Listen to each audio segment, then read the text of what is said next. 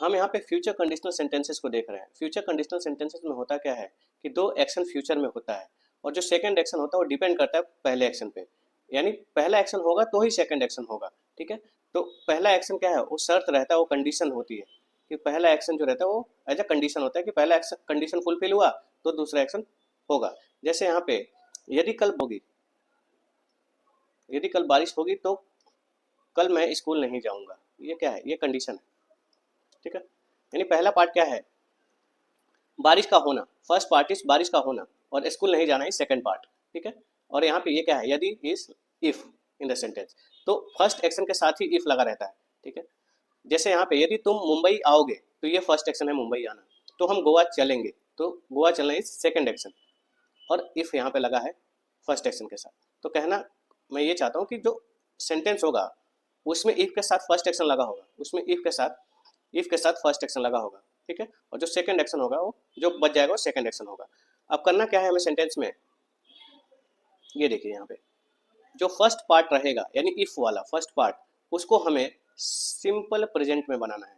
ठीक है, और जो सेकंड बच जाएगा उसको हमें सिंपल फ्यूचर में बनाना है। सिंपल फ्यूचर, सिंपल प्रेजेंट में कैसे बनेगा, इफ के साथ सब्जेक्ट प्लस वी1 में एस, और जो बच जाएगा second part subject plus will plus V1. आइए एग्जाम, यहाँ पे है क्या है, इफ के साथ विल नहीं आएगा, इफ के साथ तो विल नहीं आएगा क्योंकि सब इफ के साथ हम क्या बना रहे हैं, सिंपल प्रेजेंट, और सिंपल प्रेजेंट में विल नहीं आता। ठीक है, तो ये ध्यान देंगे, इफ वाले पार्ट में क्या नहीं आएगा, विल नहीं आएगा। ठीक है, जैसे एग्जाम्पल में आपको समझ आएगा, if you will work hard you will succeed, यदि तुम कड़ी मेहनत करोगे तो तुम सफल होगे। तो कड़ी मेहनत करना इज फर्स्ट एक्शन और सफल होना इज सेकंड एक्शन। ठीक है, तो फर्स्ट एक्शन को हमें किस में रखना है, सिंपल प्रेजेंट में, और हमें पता है इफ के साथ विल नहीं आता, क्या आता है, सब्जेक्ट प्लस वी1। इधर क्या है, if it will rain we will have a tough time, यदि कल बारिश होगी तो हमारे पास कल एक मुश्किल परिस्थिति होगी। तो इफ के साथ क्या होगा, विल नहीं आएगा, क्या होगा, वी1, तो इट के साथ एस लगता है, एस, तो क्या हो जाएगा, if it rains we will have a tough time, subject के बाद विल आ गया इधर। I will help you only if, जैसे मुझे ओनली इफ इधर दिखा तो हमें पता है कि इफ के बाद आने वाला सेंटेंस क्या रहता है, फर्स्ट एक्शन रहता है, और बाकी जो रहता है वो सेकंड।